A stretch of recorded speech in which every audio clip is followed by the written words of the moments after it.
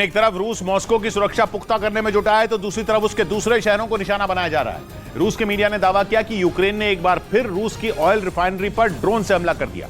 इस हमले के बाद का एक वीडियो भी जारी किया गया जिसमें कृष्णादार प्रांत में मौजूद उस ऑयल रिफाइनरी से धुएं के गुबार के साथ साथ आग की ऊंची लपटें भी उठती नजर आईं। रूस के मीडिया के मुताबिक एक रोज पहले भी यूक्रेन की सेना ने इसी रिफाइनरी को निशाना बनाया था। तब भी वहां एक आत्मघाती ड्रोन गिरा था जिसकी वजह से भीषण आग लग गई थी। हालांकि दोनों बार आग को वक्त रहते बुझा लिया गया, जिसकी वजह से किसी के भी घायल होने की खबर नहीं आई। ये ऑयल रिफाइनरी रूस के कृष्णादार प्रांत में मौजूद है जो काला सागर के करीब है। क्राइमिया से भी इसकी दूरी ज्यादा नहीं है और जेलेंस्की लंबे अरसे से क्राइमिया को पुतिन से छीन लेने की चेतावनी देते आए हैं। दावा है कि इसीलिए यूक्रेन की सेना वहां लगातार अपने ड्रोन भेजती रहती है।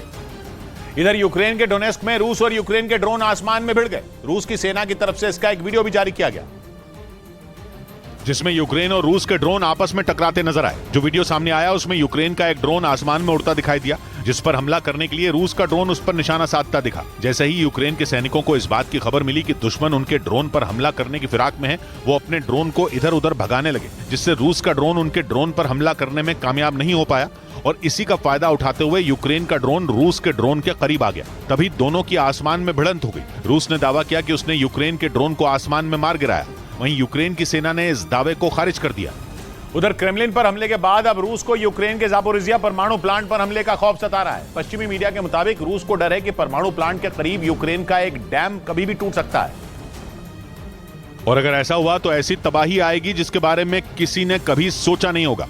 असल में जापोरिजिया परमाणु प्लांट दक्षिणी यूक्रेन में नीप्रो नदी के किनारे बना है और यूक्रेन के नोवा कखोवका डैम से इसकी दूरी करीब 153 किलोमीटर है। अगर ये डैम टूटता है तो एक झटके में पानी का ऐसा सैलाब आएगा कि सब कुछ तबाह हो जाएगा। बहाव इतना तेज होगा कि डैम में जापोरिजिया परमाणु प्लांट तक पानी को पहुंचने में महज कुछ घंटे ही लगेंगे, यानी संभलने का मौका बिल्कुल नहीं मिलेगा। यूक्रेन में मौजूद जापोरिजिया परमाणु प्लांट पर रूसी सेना ने पिछले साल ही कब्जा कर लिया था। यूक्रेन के सैनिकों ने लाख कोशिश कर ली लेकिन वहां से पुतिन की सेना को नहीं हटा सके।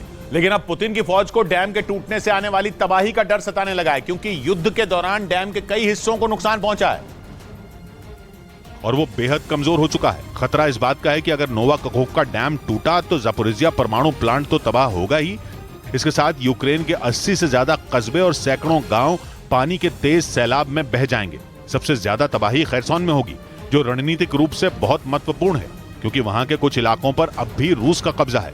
मतलब ये कि डैम टूटने से यूक्रेन में तबाही तो आएगी लेकिन पुतिन का भी बड़ा नुकसान होगा, क्योंकि जिस जापोरिजिया परमाणु प्लांट पर कब्जा करने के लिए उनकी सेना ने भयंकर युद्ध किया वो पानी के बहाव से एक झटके में छिन जाएगा।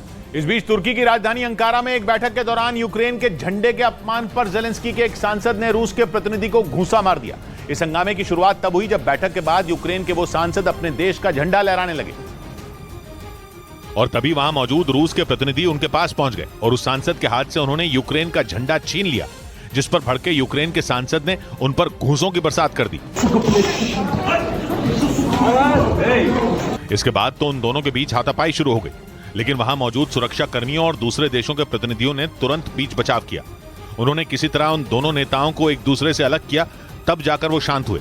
तुर्की की राजधानी अंकारा में यह बैठक पाब्सेक यानी Parliamentary Assembly of the Black Sea Economic Cooperation ने बुलाई थी, जो बाद में रूस और यूक्रेन के बीच जंग के मैदान में बदल गई।